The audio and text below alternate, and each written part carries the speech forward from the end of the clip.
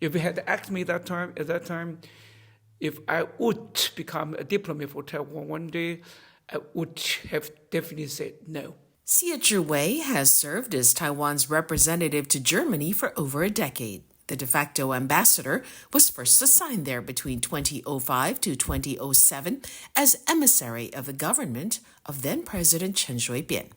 He was reassigned to the post when then-President Tsai Ing-wen was elected in 2016. Shieh joins us to talk about his life and public service in this week's edition of Taiwan Talk. And he begins by telling us that where he is today is not where he expected to be. My wish was to teach German language and culture and literature. I spent 5 years in Germany without taking part in that kind of movement, but here I got my political enlightenment here in Germany, because when I came here in 1982, everything I experienced here was quite different compared with at home. How so? Well, for example, the university, teacher, professor, they enjoy quite a complete authority in front of students. And I came here in Bochum, in Germany, and I noticed if the professor, if they decide to give their authority, they have to prove that they deserve it. So there was discuss, sometimes a kind of quarrel. That was my first culture shock. But also for me, the first touch and contact with a culture where people really enjoys you are treated not because you're a student, you're treated because you are a human being, because you have the right to say what you think, you have the right to fight back. And later on, I experienced the political elections here, quite different than at home, because that was the second wave of culture shock.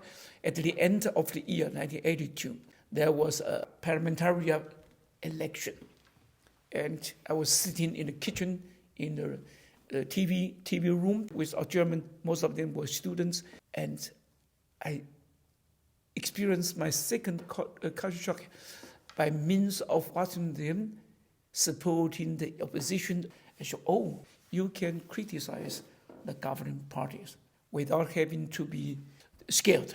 After the election, the third culture shock, there was an exchange of a ruling party.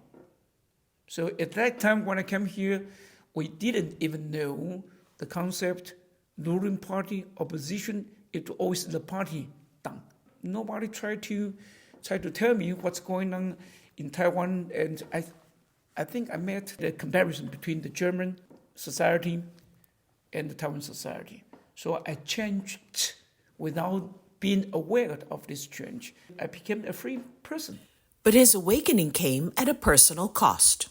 They noticed, my father-in-law and my mother-in-law, they noticed that I'm not political, and I'm not one of them.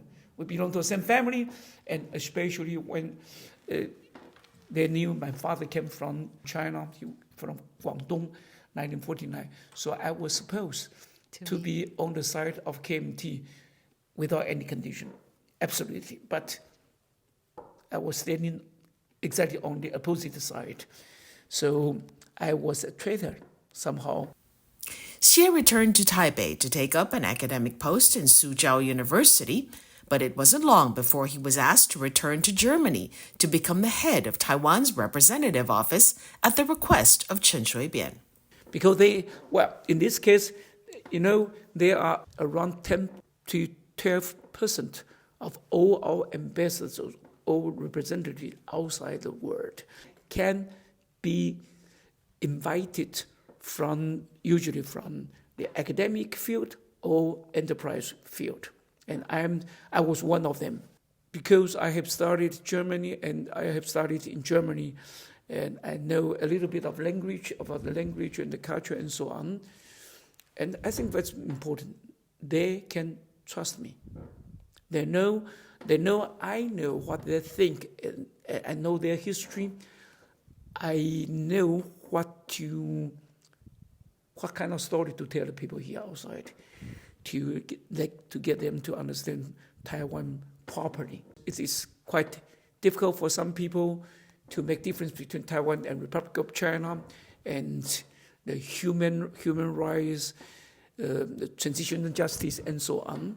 You have to have studied or you have to experience on the street, in the books, in the classroom, in the campus and so on.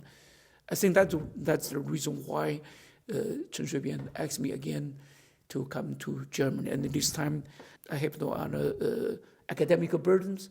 So I got 2 years from my university, so I came to here. Yeah.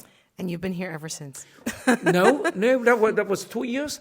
That was 2005, and I had been exactly 2 years here, starting with my diplomatic, I wouldn't say career, but my diplomatic jobs for Taiwan, because of they want to rebuild the cabinet. Chen Shui-bian said, you have to come back. We are going to have a new cabinet, and we need one spokesman and the Minister for Government Information Office. I can still recall, it was one of our friends. He called on me and said, Wei, you have to come back. I said, why? I've been just here for 2 years. And they say, the boss, the meaning Chen Shui-bian, said he wants you back. He said, as soon as possible. And I say, can I say no? And he said, no. Xieh's stint at the GIO would last just a year, and when Ing-wen became president, he moved away from public service to become a political commentator. Xie returned to his overseas posting when Tsai Ing-wen was elected in 2016. Well, I know her quite early. We were serving in the same cabinet. For my opinion, she was quite shy. But later on, we worked together again. And yeah, when she wanted to visit Berlin and London for 4 days, 2 days in Berlin and 2 days in London, I had a consulting position for the DPP. We came to Germany for 2 days in Berlin and in London for 2 days. I think at that time we get to know each other better than before. Okay. Yeah. We've got a new president. Is he going to ask you to stay? I'm saying not by the Minister of Foreign Affairs, but by the President herself. And that means theoretically, President Lai, theoretically he has the right to change or to keep us. And I think he will be for the next month quite busy with our with our parliament. Yes. With the international, I think with international guests and so on. So I think he won't be able to have the time to look at you for now. Yeah, to look at us. Yeah. But yeah, to be honest, I'm not sure. Theoretically, just as I said, they could say, Professor Xie, thank you very much for your service in the last 8 years. We would like to have you at home. Oh, we have somebody who could take over. You don't have to work too much. You are nearly 70, and so on. But for the time being, I think I would do business as usual, work for Taiwan.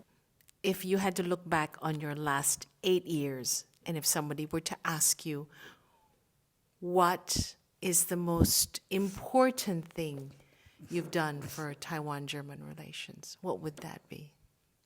I would say, based on the fact that I'm the first DPP ambassador for Germany, for Taiwan in Germany. Because when Chen Shui-bian asked me in the year 2000, that was the DPP administration, I couldn't come here, they sent a KMT ambassador. Yes. So when I come here 2005, although we had already the first administration time for years, I was the first one since 2005. I was the first one who represents Taiwan without being a member of KMT. Well, I'm not also a member of DPP, but I'm a lot of people think I really enjoy a very, very close relation with them. I'm not a member of the DPP. And if you ask me, the most important thing is when I came here 2005, from the very first day, I'm telling them the story about Taiwan, the hope and wishes of Taiwan, the suffering of Taiwan, the history of Taiwan out of the perspective of Taiwan, not mainland China, not even Republic of China. Because, you see, people already knew at that time that Taiwan is a democracy. But democracy was for Germany nothing new. They also had a democracy, which is much, much maturer than ours. I told myself, your job is not to tell them that you are a democracy. My job is to tell them how a small island, which has been covered 50 years by Japanese, and there was a colonization, and nearly another 50 years. Dictatorship, I would say, anyway, Australian, how we made it to develop out of a dictatorship or a country which has been governed 50 years by Japanese and 50 years by KMT. I'm not saying that KMT is a foreign regime, but KMT, a little bit until today, is always the case. They don't think here is the place where they should build up their home. And in this case, for me, as long as a governing rule party doesn't treat or regard town as the hometown, it's a foreign regime, as a matter of fact. Yeah. So I was the first one. I think I was the first one, and I've been doing it consistently since then. And I think it's, I haven't been telling their story. I touched their heart, I think, to let them know, to let them learn to appreciate, to appreciate this democracy. It wasn't easy. I used to say the democracy is not fallen from heaven. Yeah, in my TV talk show, I used to say things that fell from the heaven is raindrops or the birds. The democracy does not fall from the heaven. You have to work for that. Sometimes you have to sacrifice yourself for that. Yeah, and I think that was important. Otherwise, people would have continued to be confused about what we want. Under his watch and in 2021, Shieh signed a bilateral agreement with Germany for direct flights between Taiwan and Munich. He also signed a scientific and technological cooperation agreement with his counterpart in Taiwan in 2023. And that does it for this week's edition of Taiwan Talk. I'm Hope Ngo. You can catch the full episode on Spotify, Apple Podcasts, or wherever you download your podcasts. Thank you for tuning in.